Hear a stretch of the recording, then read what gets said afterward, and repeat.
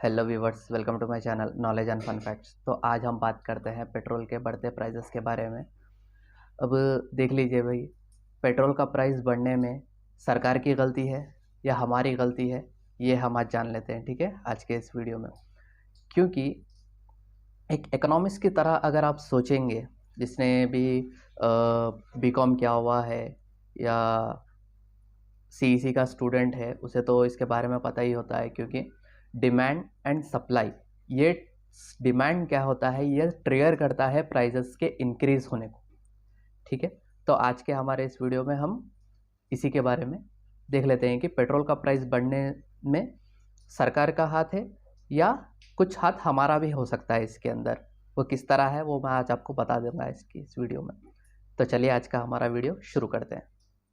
ये देखिए, demand is a की डिटर्मिनेंट ऑफ प्राइस। मतलब डिमांड जितनी ज़्यादा होगी, प्राइस उतना ही इंक्रीज होगा, भले ही उसकी क्वांटिटी ज़्यादा हो या कम हो। क्योंकि एक और तरीक़ा है, जिस चीज़ की क्वांटिटी कम हो जाती है यानी सप्लाई कम हो जाती है, उसकी डिमांड अगर ज़्यादा है तो प्राइस इंक्रीज होता है। तो ये एक रीज़न हो सकता है। एंड और एक चीज़, जिसकी सप्लाई भी ज़्यादा है फिर डिमांड भी ज़्यादा है, उस चीज़ की भी प्राइस आपको ज़्यादा ही हो सकती है। ठीक है, इसे काउंटर करने के लिए, यानी आपको अगर प्राइसेस वगैरह इंक्रीज़ हो रहे हैं, उसे अगर डिक्रीज़ करवाना चाह रहे हैं, तो आप खुद इसे अमल में लाइए। क्योंकि अब देख लीजिए, जिसका अगर एग्जांपल, अगर आपका डिमांड कम हो जाएगा यानी पेट्रोल का जो कंजप्शन है वो कम हो जाएगा, जिसकी वजह से एक तो आपको एयर पोल्यूशन भी कम होता है। क्योंकि ये जो पेट्रोल डीजल के जो व्हीकल्स आते हैं उसमें पोल्यूशन बहुत ज़्यादा होता है। तो उसे हम अगर काउंटर करना है और इस महंगाई को भी कम करना है, पेट्रोल की महंगाई को खास करके, दूसरी चीज़ों पे क्या है वो मैं आपको अलग से वीडियो बना दूंगा। फिलहाल तो हम पेट्रोल पे ही बात करेंगे।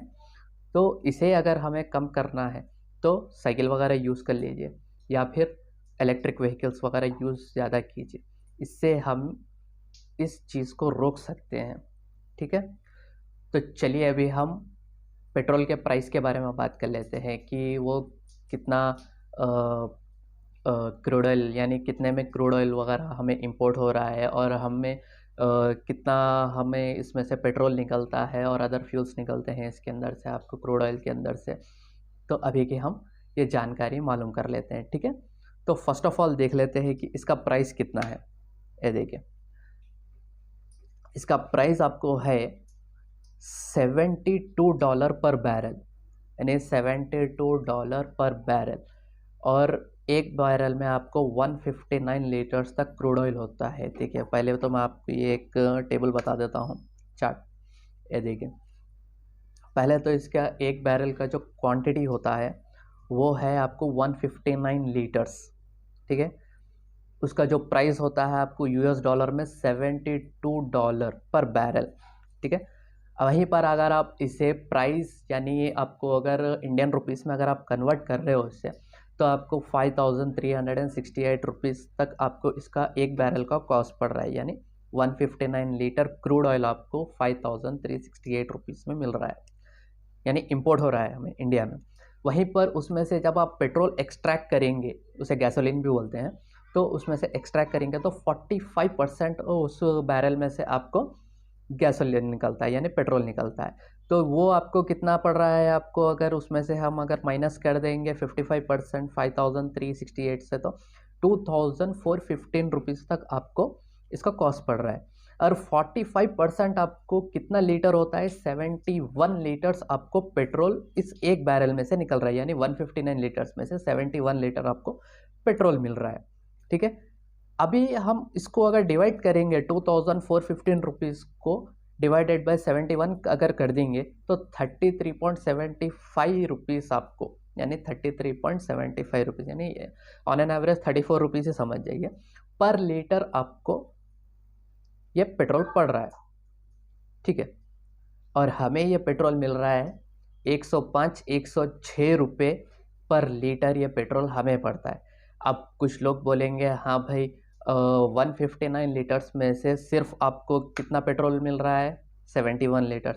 तो आप अंदाज़ा लगा लीजिए, 5300 रुपीज़ आप जब लगा रहे हो एक बैरल के ऊपर, और आपको बस पेट्रोल से ही आपको 7100 की कमाई हो जा रही है। ठीक है, 7100 की, यानी 2-3 हज़ार रुपये उस पर ज़्यादा ही मिल रहा है। प्लस ये जो अलग फ्यूल्स भी आते हैं इसके, देखिए सिर्फ 45% आपको सिर्फ पेट्रोल ही निकलता है, रिमेनिंग आप देख लीजिए इसमें गैसोलीन है, केरोसिन है, जेट फ्यूल है, आपको डिस्टिलेट से हीटिंग ऑयल है, आपको हाइड्रोकार्बन गैस लिक्विड्स भी है आपको। तो ये सब तो उसके अंदर आते ही आते हैं, ठीक है। तो कमाई सिर्फ आपको पेट्रोल में ही नहीं हो रही है, रिमेनिंग जो दूसरे फ्यूल्स है वो क्या फ्री में बांट रहे हो? नहीं ना, उस पर भी तो उनको रेवेन्यू जनरेट हो रहा है, ठीक है। तो अभी हम देख लेते हैं कि टैक्सेस कितने लग रहे हैं उसके ऊपर, ठीक है। कंपेयर टू 2014 से अगर हम कंपेयर करेंगे तो 2021 में आपको कितने टैक्सेस हम पे कर रहे हैं फ्यूल के लिए, ठीक है। ये देखिए 2014 में बेस प्राइस होता था 63%, ठीक है। वहीं पर आपको अगर स्टेट टैक्स लगा लीजिए 18%, सेंट्रल टैक्स लगा लीजिए 16% एंड डीलर कमीशन होता था 3%। वहीं पर अगर आप देख लीजिए 2021 का आंकड़ा है ये है आपको बेस प्राइस है 36%, 23% स्टेट टैक्स लग रहा है एंड सेंट्रल टैक्स तो 37%, यानी ऑलमोस्ट डबल हो गया आपको उसके ऊपर, ठीक है। स्टेट टैक्स थोड़ा बहुत ऊपर नीचे हुआ, 18 to 23% हो गया, वो एक है। एंड जो डीलर कमीशन है वो भी आपको 3 to 4% हो गया। तो ये मेरी रिपोर्ट नहीं है, ये इंडिया टुडे की रिपोर्ट है, आप चाहे तो इसे ऑनलाइन पे जाके चेक भी कर सकते हो। तो इतना टैक्सेस देखिए, आप जब से कंपेयर करें तो आपको टैक्सेस ज़्यादा लग रहे हैं। तो आज की वीडियो के लिए बस इतना ही। अगर आपको मेरी ये वीडियो अच्छी लगे तो इसे ज़्यादा से ज़्यादा शेयर कीजिए, लाइक कीजिए और सब्सक्राइब कीजिए मेरे चैनल को। तब तक के लिए stay safe, thank you and thanks for watching.